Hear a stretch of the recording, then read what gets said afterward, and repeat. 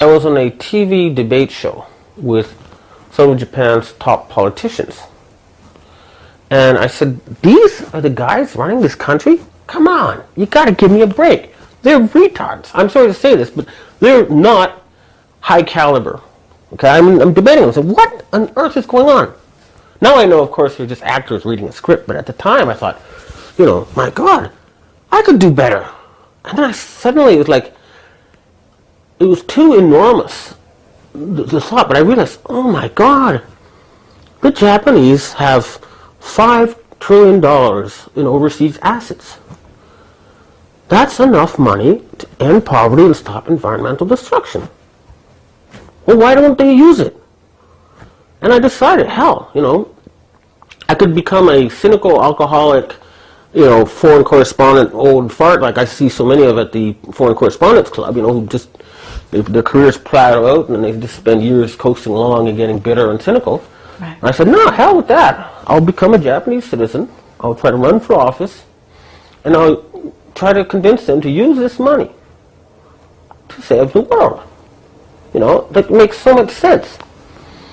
But at the same time, though, I was very confused and bitter, right? And I wasn't, you know, so another part of me was saying, well, you should write a book about Japan and then leave the country and go to Hollywood, try to become a scriptwriter or something. So it's two conflicting ideas in my mind.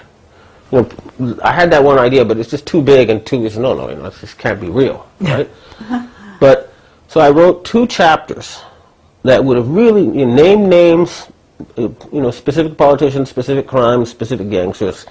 And it would have been so much of an expose that I would have had to either leave Japan or be killed after the book was published. Mm-hmm. The very day after I sent 2 chapters to my agent in English, I got a call from the granddaughter of the Meiji Emperor, Kaoru Nakamaru.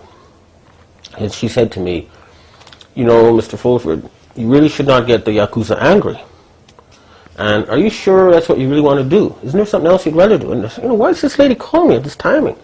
And she tells me that a goddess had contacted her through the astral plane and was worried about me.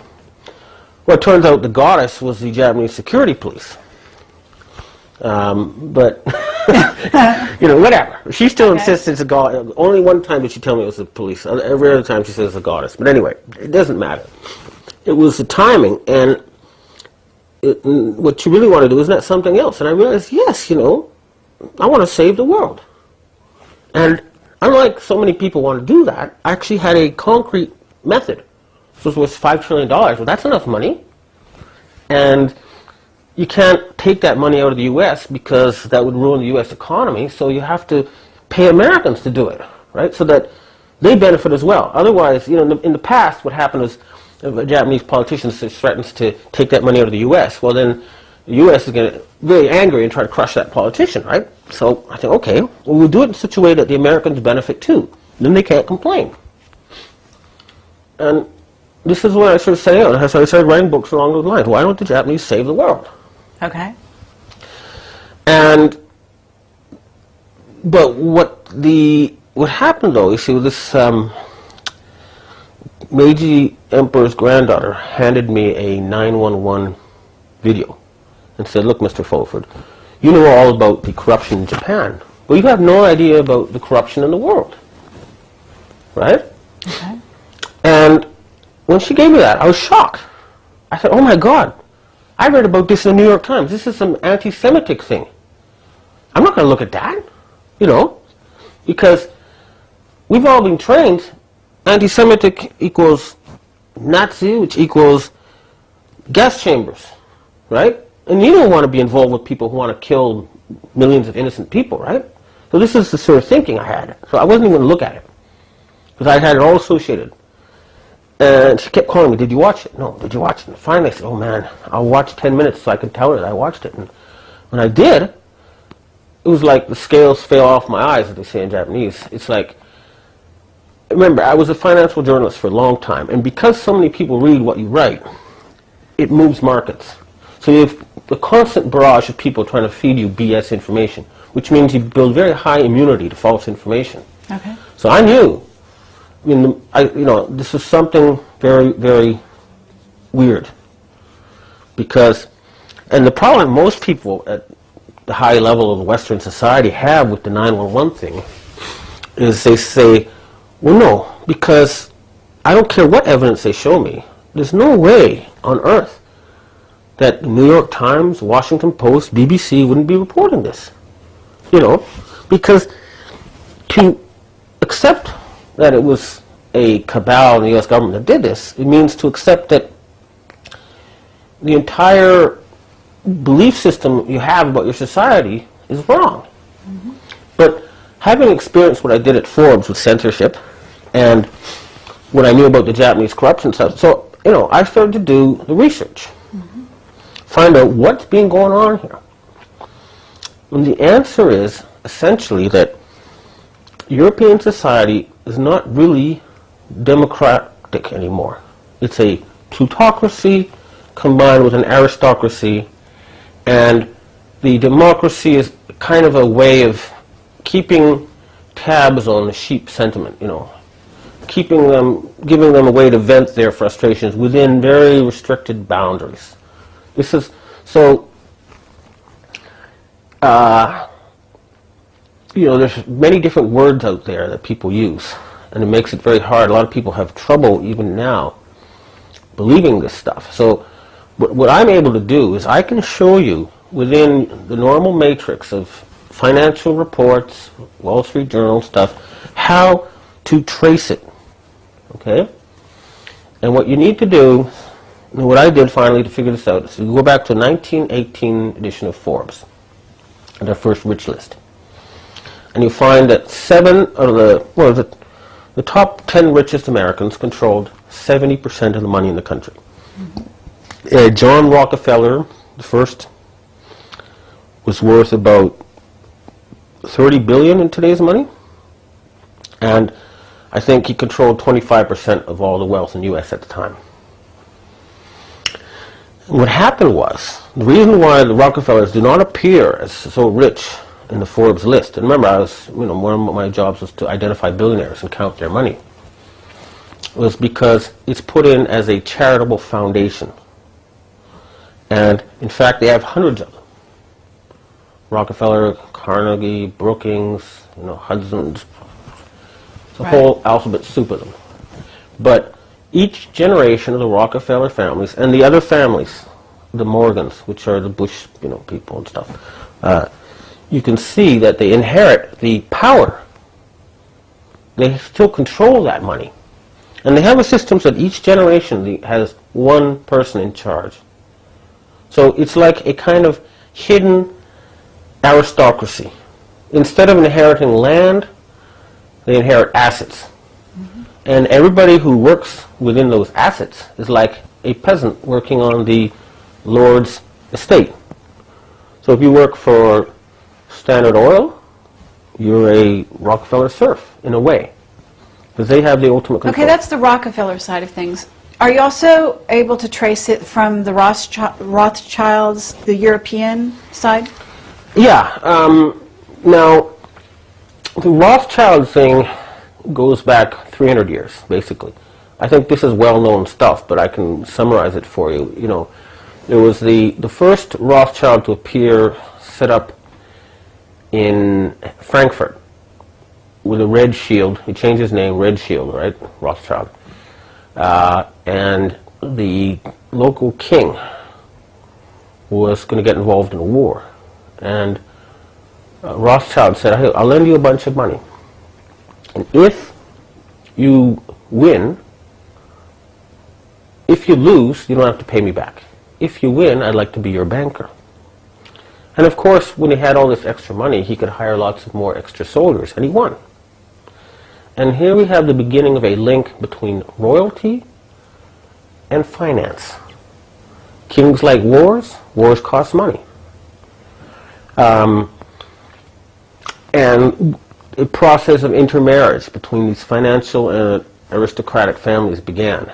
That is, well, it's been going on for 300 years, but the next big thing was he had 5 sons. And they're set to different parts of Europe. And they had, they were only bankers to kings. They tried to, at the very highest level. And Nathan Rothschild went to England.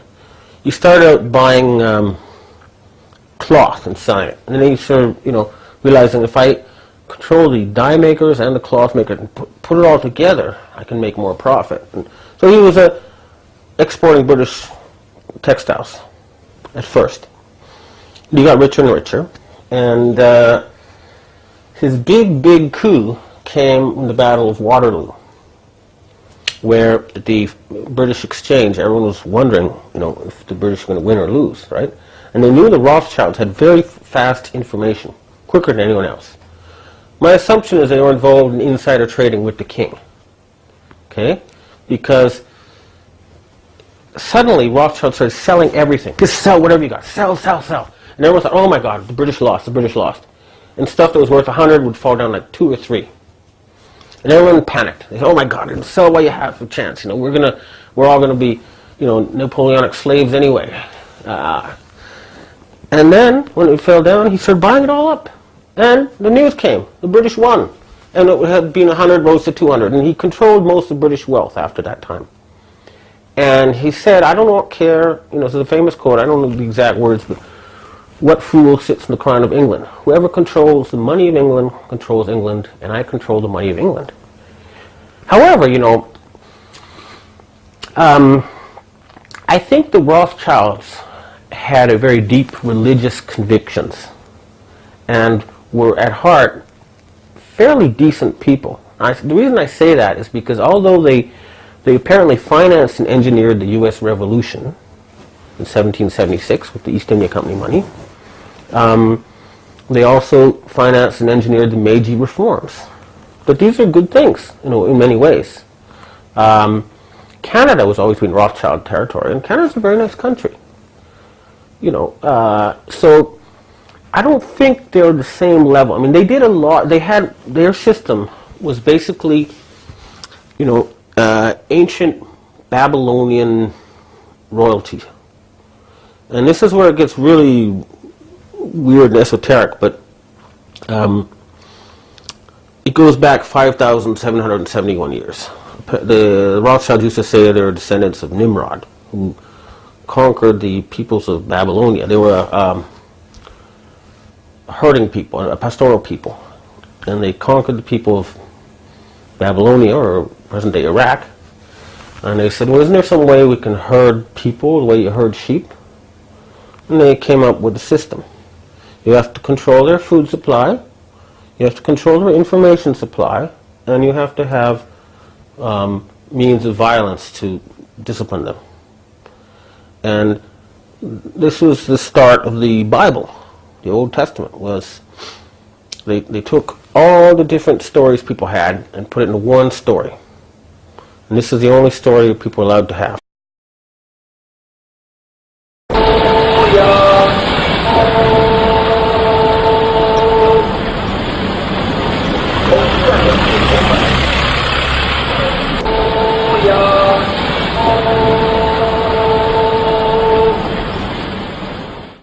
So we're at the Rothschilds, right?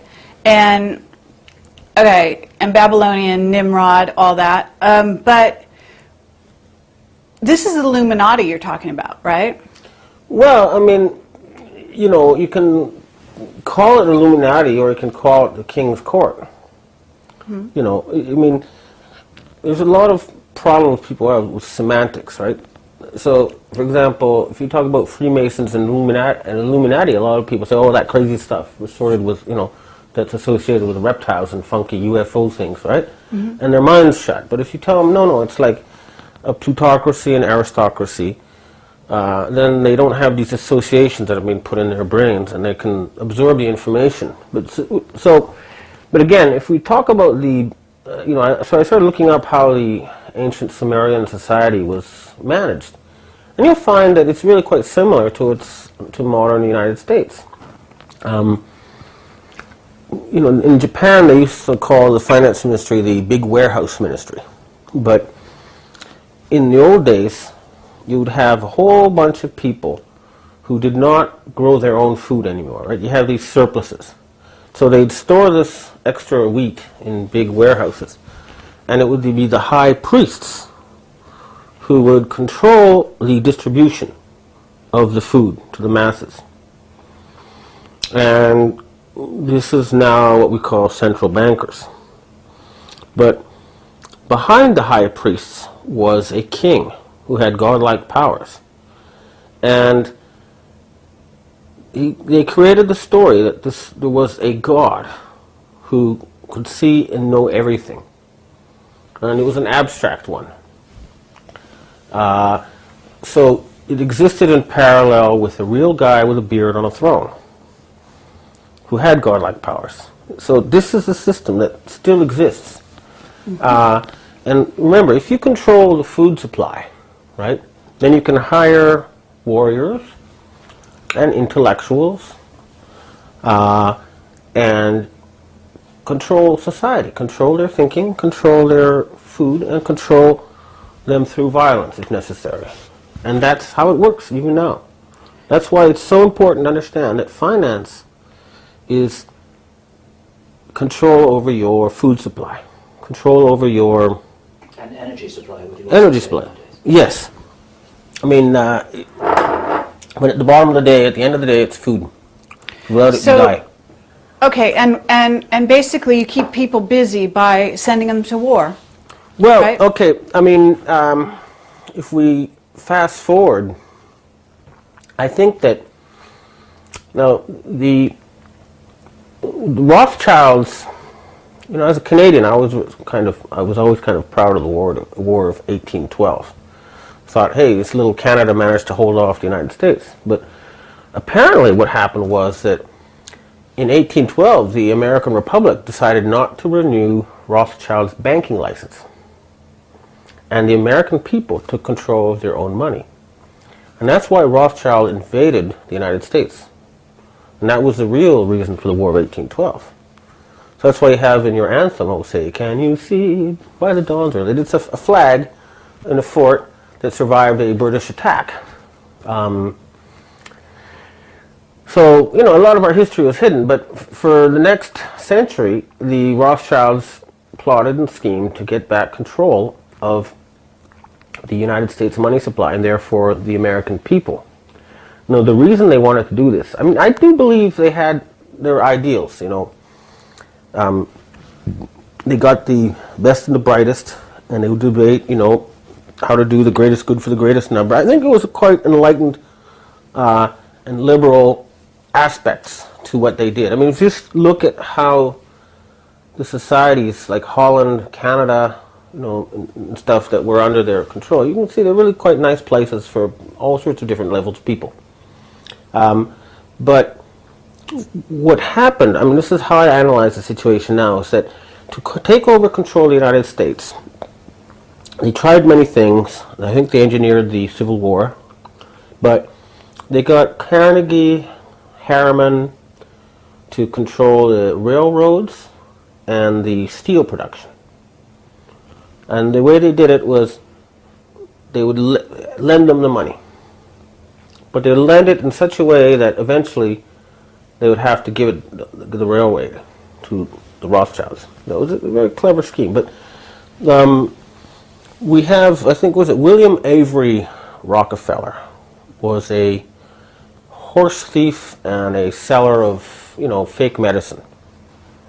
And this was according to Pulitzer's newspaper, where I think they had a big expose on the father of John Rockefeller the first. But John Rockefeller the first was into oil. And he would buy the refineries. He would come up to a guy with an oil refinery and offer him cash at a low price. And if the man refused to sell, he'd cause problems with the workers or maybe sabotage or whatever necessary. And the Rothschilds took note of this Rockefeller guy, and they decided they'd help him. And they would allow him to transport his oil at much cheaper rates than all his competitors. So he got the oil monopoly. Mm-hmm. And I think most people know about this now, but in 1913, finally, the Rockefellers, the Harrimans, the Warburgs, this group of families were able to take over the Federal Reserve Board, supposedly on behalf of Rothschild. But I do believe that Rockefeller staged a sort of coup d'etat and said, hey, I control the American army and I control the American economy, and so I'll cooperate with you, but I'm in charge here. And he took over the United States. So I think it became a Rockefeller fief, not a Rothschild one. They meet and they cooperate. Right. So to this day, you feel that there's a cooperation? I think there was some cooperation. I think there's also conflict. So where does Japan fall in this group? Okay. Now, in Japan, what happened was, after Admiral Perry came, Lord Rothschild sent a fleet, and they attacked the Satsuma and Choshu clans in the south. And they had the Kenmu Emperor murdered, and they installed a 16-year-old boy by the name of Toranosuke Omura as the Meiji Emperor. And they financed the modernization of Japan. So they set up the royal family, the emperor in power, and they helped him modernize Japan. And they fought the Russians. And I think the Japanese were very grateful. And in 1903, after the victory, the Japanese emperors were made part of British royalty, and given, and every emperor goes to Oxford to study. But I think that after World War II, the Japanese started to get disillusioned because they were not treated as equals. They were not given what they felt a fair deal. They felt there was racism. And this was the essential reason why the British Empire never became a real world empire, was because they would take some very intelligent Indian gentleman, educate him at Oxford, and give him the highest levels of knowledge.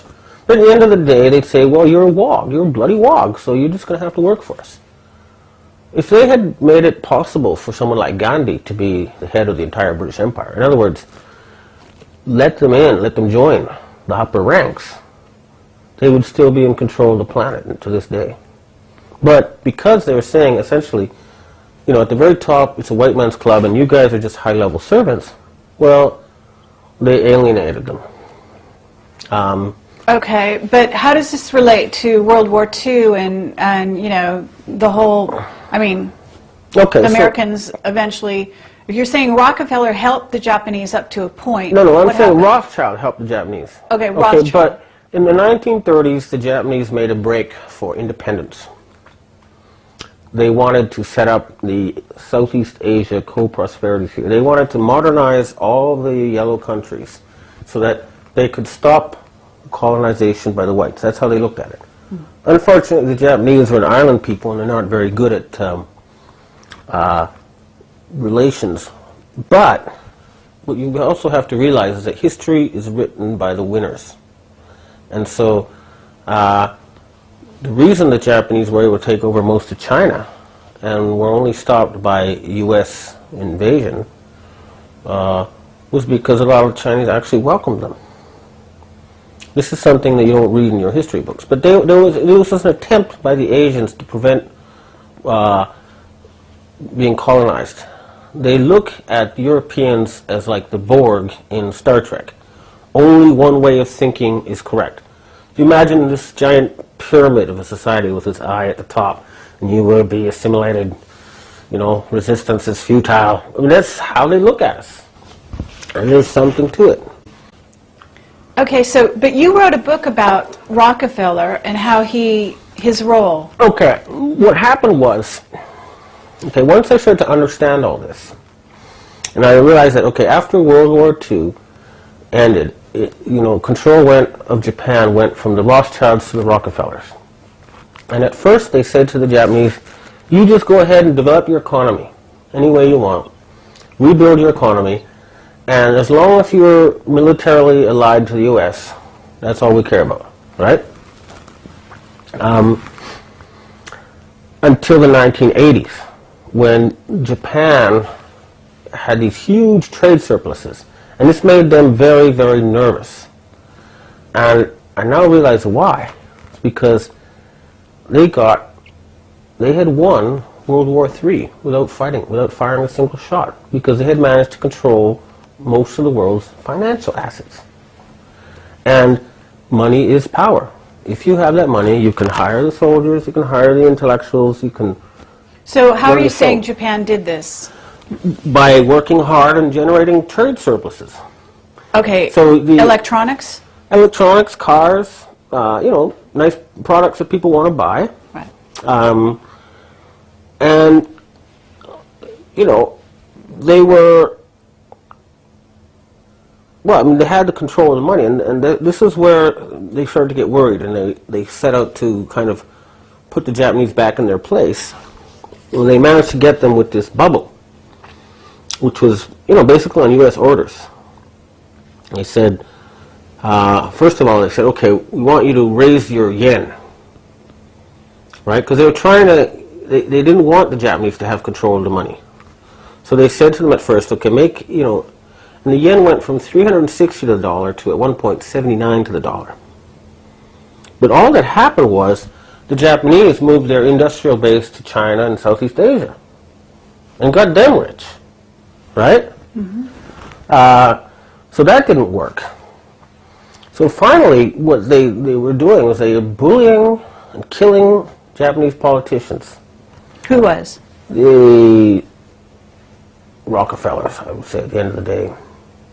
In order to make sure they never were presumptuous enough to use their money the way they wanted to, but rather just hand it to the Americans. And I still haven't checked this out, but I'm pretty sure if you add up all the Japanese trade surpluses and the numbers, and then compare it to what's now officially recognized as Japanese assets, you'll find that the trade surplus is much bigger. In other words, it's like you go to a bar and you say, put it on my tab, and then after a few years you say, well, look, you know, forget about half my tab. Just, you know, forget about it. And so the idea is that we'll keep taking money from you forever. It's like tribute payments to the Roman Empire. They send cars, and they send TVs, and they get nothing back except paper. This is how they look at it. And it's right. For 30, 40 years, the Americans have been getting stuff from all over the world and not paying for it. Why have the Japanese then tolerated that for so long, in your opinion? Well, first of all, after World War II, they truly and genuinely fell in love with the United States. You know, they were told they were going to be tortured and stuff. I remember this guy shivering in fear, you know, after war, when American soldiers coming in, and thinking they're going to torture him, what are they going to do? And the guy gives him a Hershey bar, right? And this is symbolic of, I mean, they were really well treated, and up until the fall of the Soviet Union, they also really felt that they needed the Americans to protect them. And they have created this illusion of fear, right? If you don't have us, you're going to be conquered. Well, they got, first of all, the way to enslave a person is you beat the hell out of them, and then you be really nice to them. And it's like saying, hey, you know, if you do what I say, I'll be really nice to you, treat you well. But remember, if you don't, that's what those nuclear bombs are about. Okay. But also, I mean, the Japanese were able to develop their economy. They were left alone, you know, for a long time. It's only in recent years that it's become kind of, you know, really bad, noxious. Okay, there's an illness at the heart of the American system, and what it boils down to is if you look at financial flows, okay. Money has been going from the poor countries to the rich countries. And within the rich countries, it's been going from the poor to the rich. And it's like a giant sponge sucking up all human life energy. And the poorest people on the planet, you know, they're forced by agribusiness and other things to the lowest level. And the only thing they can do is hit on something even lower, the poor little weak creatures. They have to burn down forests to make new farmland because they've used up their farmland. And they don't get access to fertilizer, so they have to, ravage the planet. So the source of poverty and environmental problems in the world is the people who own the Federal Reserve Board and their policies of prioritizing the rich and everything to the rich. And that is the essence of the problem.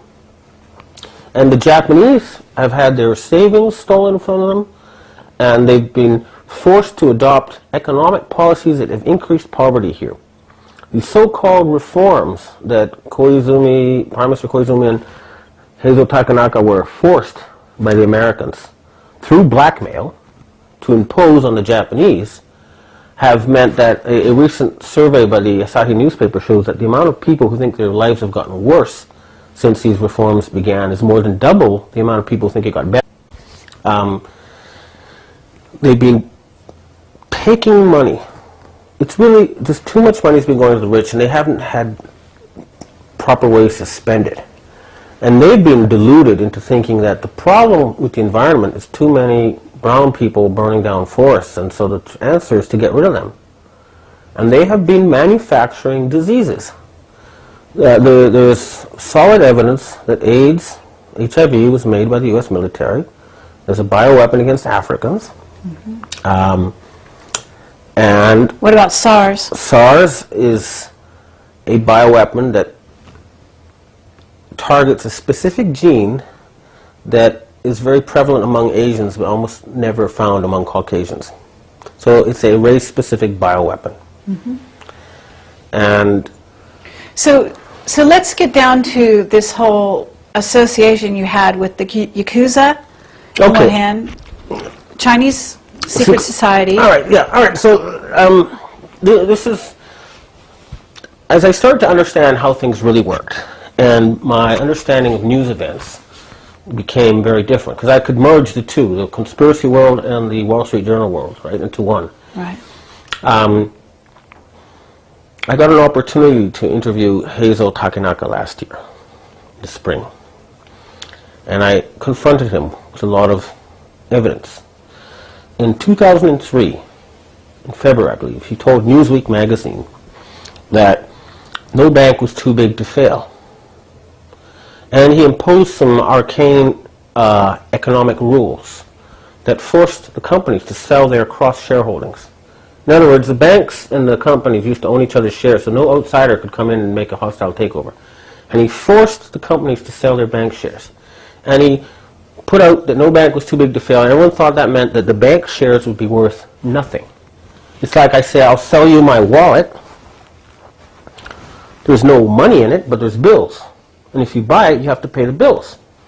Well, nobody's going to buy it except you tell your friends, hey, listen, I'm going to put 2.3 trillion yen of taxpayer money in that wallet later, so it's a bargain, right? So what happened was the stock price of the banks plummeted in 2003. And if you look at who bought it, you'll find that it's bought by foreigners. State Street and Banking, Chase Manhattan, Citibank. In other words, a group of financial institutions that are controlled by these charitable foundations that are controlled either by the Rothschilds or the Rockefellers. Mainly these families. I use Rockefeller as a abbreviation for this group of inbred aristocratic families, the American side versus the European side. Right. But, I mean, the Bushes are part of it, for example. So you can actually see in the financial data. And what happened was the president of Risona Bank did not want to sell his bank to these foreigners. And they have over a 33% share, which is what gives them controlling interest. And he also sold the postal savings.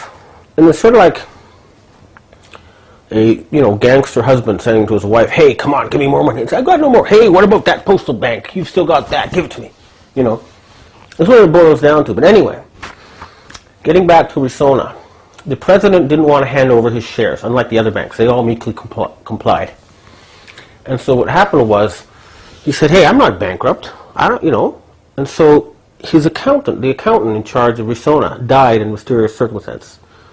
We still don't know if it was suicide or murder. And suddenly, the accounts showed that they were bankrupt. And at the time, ruling party politicians were saying if you got even $100,000, $200,000, buy Risona shares. It's going to be a big deal. And then there was a professor at Waseda University by the name of Uexa, who was starting to say, hey, you know, something very fishy going on about Risona. And he was arrested in Yokohama for looking at a girl's underwear with a mirror. No, the woman in question never actually filed a complaint, but never mind. He was fired from his job, taken off his TV shows. I was also blacklisted around that time. I was taken off a lot of TV shows. They said, you're on a blacklist, Mr. Fulford. We can't put you on the show anymore. Why? Because, you know, like him and like other guys were pointing out the BS about these so-called economic reforms. And they didn't want people to know what was really going on. But anyway, and Mr. Ota from the tax department also started investigating Risona for tax evasion and stuff. And he was arrested in Yokohama for looking at girls' underwear with a mirror. And then Mr. Suzuki from the Asahi newspaper, who had a big scoop years ago with the recruit scandal, put out on December 17th, year before last, an article saying that Risona was giving 10 times more donations to the ruling party than other banks, and that there was a suspicion of insider trading. It was supposed to be part of an investigative series. That night, they found his body in Yokohama Bay. Okay? So I confronted Mr. Takanaka with all this information. I have it on video. I have not released the video because Mr. Takanaka has telling me that he was forced to do it because the United States threatened to hit Japan with HAARP, H-A-A-R-P, if they didn't. Okay? Okay, and what would have been the impact of that? I mean, tell us what that meant to Japan. Earthquakes. Okay. We'll get into that more because I know that this starts getting into really esoteric stuff. It's almost mind-boggling, you know? Yeah. I mean, I had a lot of trouble wrapping my mind around this stuff for a long time. After I interviewed Takanaka, I got an email from someone at the Japan Development Bank, who was a disciple of Mr. Takanaka's. And he said to me, there's someone, Mr. Takanaka would like you to meet. And I have the copies of the original emails, too. And so I go to a Shinjuku hotel room, and I meet a man wearing a fancy silk kimono. Okay, I have a photograph of him, and I have a tape recording of this conversation. Okay? And he had two rings. One was a mask of a devil with horns, and the other looked like a wedding ring. And you go like this, and there is a Freemason mark. And he says these horns, you could put a little bit of poison on them, touch me, and I'd be dead. And he tells me he's a ninja, which is a professional assassin. And and the guy looks very different from the average Japanese. He's a member of the Sanka mountain people. They're like the Ainu. They're sort of like maybe the Japanese equivalent of an Apache. Mm. Very warlike. They're used by Japanese special forces. Mm. And he says to me, Mr. Fulford, if you want to be, a muckraking journalist, go ahead and do so. But you will die at the age of 46. However, he gives me a big Freemason badge. It says, if you don't, the other choice is you can become finance minister of Japan. Okay? So he's offering me a choice between death and the job of finance minister. And again, I have this on tape. I have the email trail. I have the video of my interview with Takanaka. Okay? So it's weird stuff, but I have the proof. Anyway, I thought that I would have no choice but to go along. But I had been reading about, population reduction plans. And so I asked him, is it true? And I have this on tape too. He says, yes, we have to, in order to protect the environment, we need to reduce the world population to 2 billion. And war just doesn't do it, so we're going to try to use disease and starvation. Who told you this? The self-described ninja sent by Takanaka.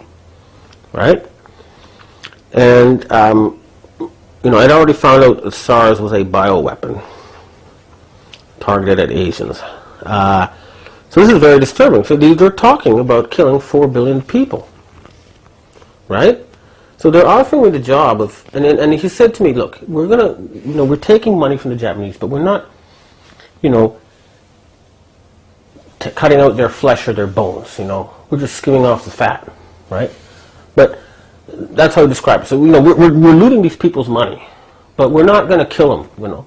And he said the population in Japan would be reduced to 70 million. But they'd allow 70 million to live. And they need about 500 million Asians to keep making toys and stuff. So he's describing, massive genocide. Okay? Again, I have it on tape. I can prove this man was sent to me by Takanaka. So the very next day, okay, again. Well, what did you say to this guy?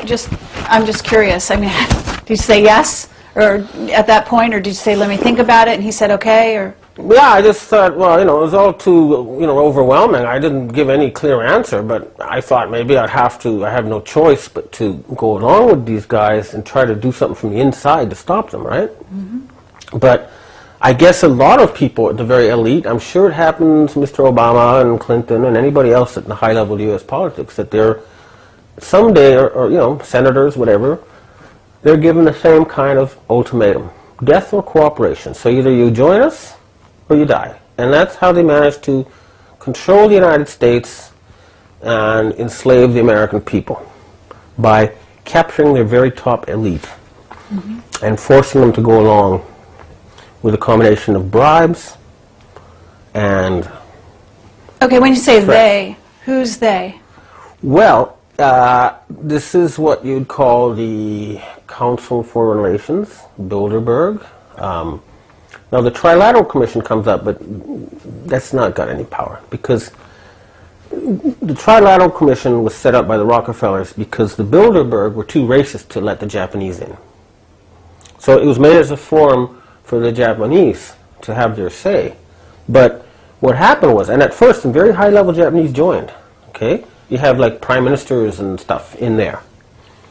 But the Japanese say, well, hey, they didn't listen to us. I've talked to many members of the Trilateral Commission, right? So now you have, as the head of the Japanese side, as the president of Fuji, Xerox, which is, before they had people like Prime Minister Miyazawa, right? So it's a big drop. It's like, the Japanese say, to hell with your Trilateral Commission, essentially, because you don't even listen to us. It's a not. So anyway, what I'm saying is, it's the families that own the Federal Reserve Board and now their hired hands. They have the money.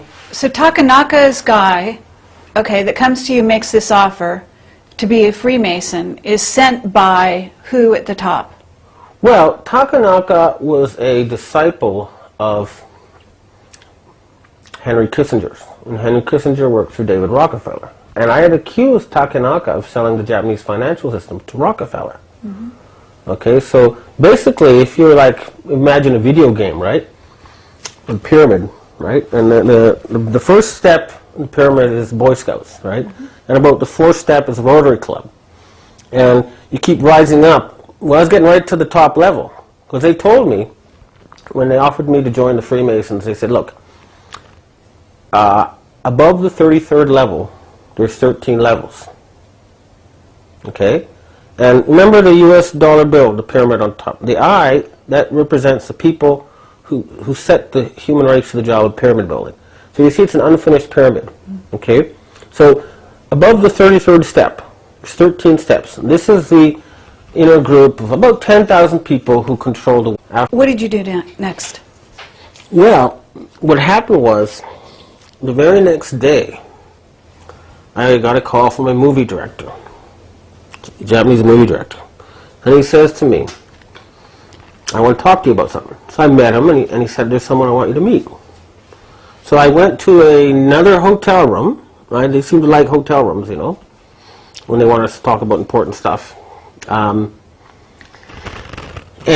again, I recorded this, although I'll never release this recording. The guy tells me that he represents a Asian secret society, and that they have 6 million members, including 1.8 million gangsters and 100,000 professional assassins.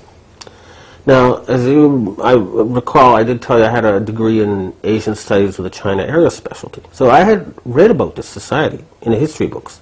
I knew about them. It's the red and the green. What happened was, when the Ming Emperor was like the Ming Empire was like the high point of Chinese civilization. You'll find that the Ming ceramics, the Ming art, everything is at like the highest level. It was really an idyllic society, and they look back at it with a lot of fondness. And there was a general guarding the northern border against the Manchus, and he was very much in love with his wife. And they kidnapped his wife. They said, "If you want your wife back, you're going to have to let us through the gates." And he did. And the Ming Emperor fell. The Ming Empire fell. And the Ming Army became an underground organization, and the Ming Navy. Okay, so the red and the blue are the Army and the Navy. And the blue also is the bureaucracy. So the 1.8 million are gangsters. The other 4.2 million are intellectuals, PhDs, like the really smartest people. And their plan was to overthrow the Qing, the Manchus, excuse me, and restore the Ming. Now they were responsible for the Boxer Rebellion, which was against the use of opium, among other things. And this is very interesting because the people selling the opium were Skull and Bones. So they've been fighting this Western secret society since the 1800s, at least. Okay, but wasn't it the British that introduced opium? It was the British too, but I mean, if you look at the Skull and Bones, you'll find there were slave traders and opium runners of the so-called China trade. Okay. So it was both. Okay. So you're in this hotel room, and now you understand the background between what he's asking you and saying where he. Well, they're saying they'd like to offer their assistance to me, because I had written in a book about SARS being a bioweapon, and these people are trying to kill you, and you got to do something about it, right? Okay. At first, I mean, this is all happening in 1 week, right? This is totally, out of the normal parameter type of stuff that's going on. So it took me a while to digest. It's, the first thing I thought was, well, geez, you could play like 911 videos in Chinatown or something. But I said, look, let me get back to you. Let me think about this. And I spent about a month thinking about it. And I had this great, what I call my Kill Bill moment. There's a scene in the movie Kill Bill, these two women fighting with swords. It looks like it's going to be a long, nasty fight. Right. It's not going to be sure who's the winner, right? Yes. But one of the women, the bad one, has a one eye missing. She has a patch. And suddenly, she grabs the eye and blinds her and ends the fight. Unbelievable, yeah. Very, very graphic. Very graphic, but I thought, hey, why not just target the eye of the pyramid? Because most Westerners don't even know it exists. They're so scared at the top, and they kill so many people so frequently that they're terrified, and it's very secret. It has been until the internet came about. Nobody knew about this. I certainly wouldn't have believed it if I didn't run into it firsthand. But then I found the evidence trail. Again, you follow these foundations and who controls them. You'll see that the Rockefellers control about $10 trillion worth of stuff. But anyway, I realized the society has 6 million members, and the Western secret side, the top, is only 10,000. So it's 6 million against 10,000. So suddenly I said, well, that's it, isn't it? We've got these bastards. And that's when I started writing the stuff on rents and making. So okay, so you must have gone back to this group. What do you call this group now? Because they're a group of Yakuza and Chinese secret society. Do they have a name? The red and the blue. The red and the blue. Societies. And you must have joined them because you're not dead. Yeah, well, I went to meet all their big bosses. In China or? In Taiwan. Oh, yeah. And I joined. I became the first Westerner in 500 years to join. And then Rockefeller, or I don't know if you want to say Rockefeller, but whoever the Freemasons, the head of the Freemasons, had to leave you alone at that point? Well, I mean, what the Chinese or the Asians said is, look, we won't make the first move. But what happened was I started writing stuff about Takanaka and Rockefeller. And I got death threats from this ninja, you know. He's saying, you know, Ultraman, you're running out of time, your red light's beaming. You know, it's people who think they're not going to die are the ones who end up in Yokohama Bay. You know, I have emails, I have copies of these death threats. So Did you have a bodyguard at that point? Did you hire someone? No. Look, No? if you need a bodyguard, it's too late. Oh. You have to operate at a higher level. I mean, if they really want to shoot me, they're going to shoot me. You have to make them not want to shoot you. That's the trick. Okay, and now, because you joined this group, and because the odds, I mean, that made big news when you kind of came out about that. But what happened was, I sent an email saying, hey, look, if you kill me, then every member of the Rockefeller, Rothschild, Schiff, etc. families will die. I mean, there's 600 assassins for every one of them if we want to, right? I mean, we want them killed, they can all be killed, right? But we understood that to be the majestic, the group, what we call the Committee of the Majority. They were, in essence, the ones that were threatened.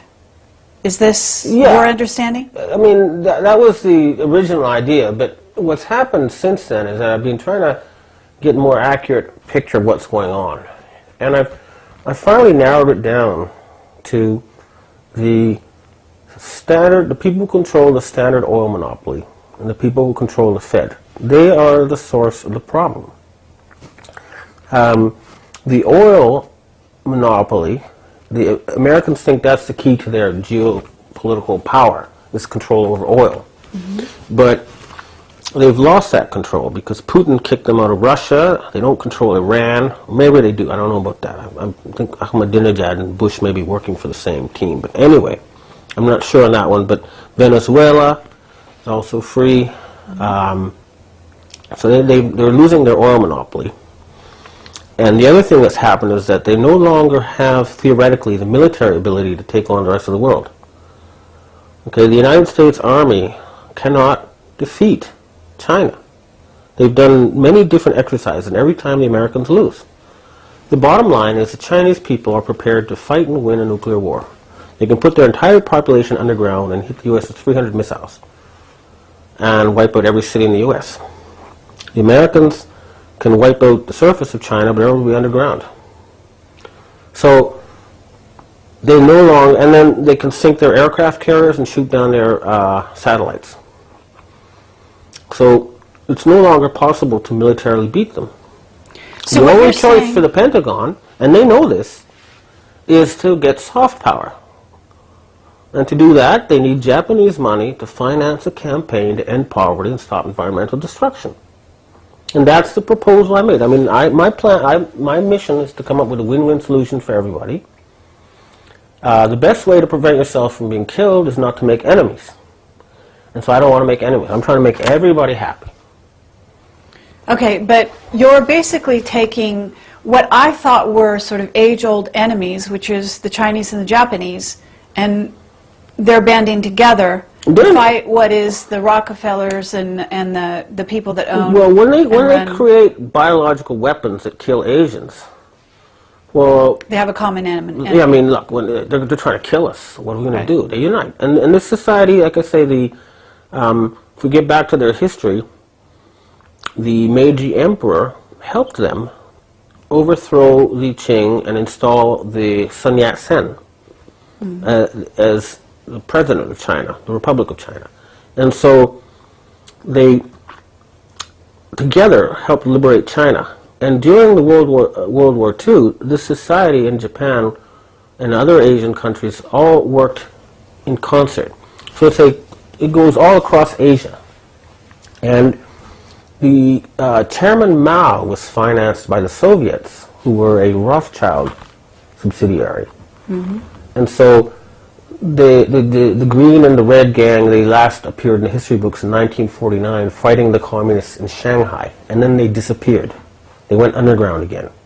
But in 1967, they kicked out the Illuminati from China That's why you had the big Soviet-China split, why the Soviet Union and China nearly went to nuclear war. And the Chinese had secretly prepared. They built these huge underground cities to prepare for a nuclear war. They had their nuclear weapons, and that's when they kicked them out.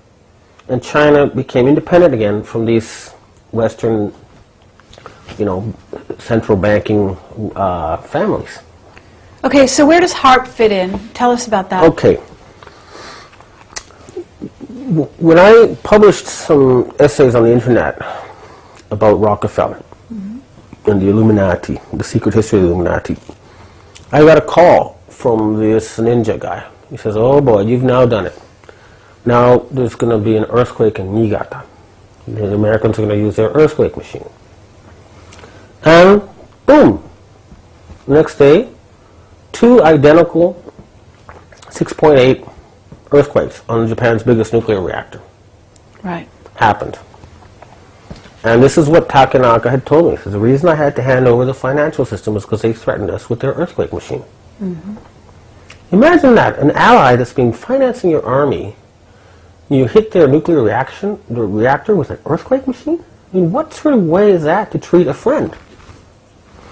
So, okay, well, let's get down to it. So, if that's what they have, then how are these secret societies claiming to fight well, you cannot, a machine like that? You because you're talking about scalar weaponry, and I'm sure you know that. You cannot stop an earthquake, you cannot stop an assassination with an earthquake machine.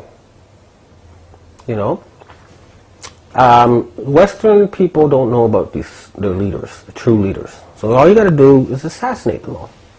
You cannot prevent that with an earthquake machine. That's the point of targeting the eye. But more to the point is you make them a more generous offers. So what I'm saying to the people in the Pentagon is that you have the job of saving the planet and you get even more money than now. I mean, think about it. They spend $600 billion, to steal oil from Iraqis and pipeline rights from Afghanis. With $600 billion, they could have a man on Mars. They would have a base on Mars by now. So we'll give them even more money than they're getting from these idiots who control the oil. But if they print money, why do they need money? Well, here's the trick, okay? And this is why it's falling apart this year, is that since World War II, they've basically said to countries, okay, here's the oil you're allowed to have, and here's your dollars, right? And the backing of the dollar was control over oil and control over a huge military machine, a threat of violence. And there's $53 trillion in circulation, and again, the U.S. government owes $66 trillion to its own people. So, but the United States needs to borrow something like $1 trillion a year now, just to keep going. And they've been doing it for 40 years. So they're basically bankrupt. When if you earn $13,000 a year and you have $120,000 in debt, and they say, well, it's time to pay back, well, what can you do? Can they threaten violence? No. Because what I just, if it really came to it, the Americans would lose. So they can no longer use their threat of violence. And they've lost their oil monopoly. So that's it. Right?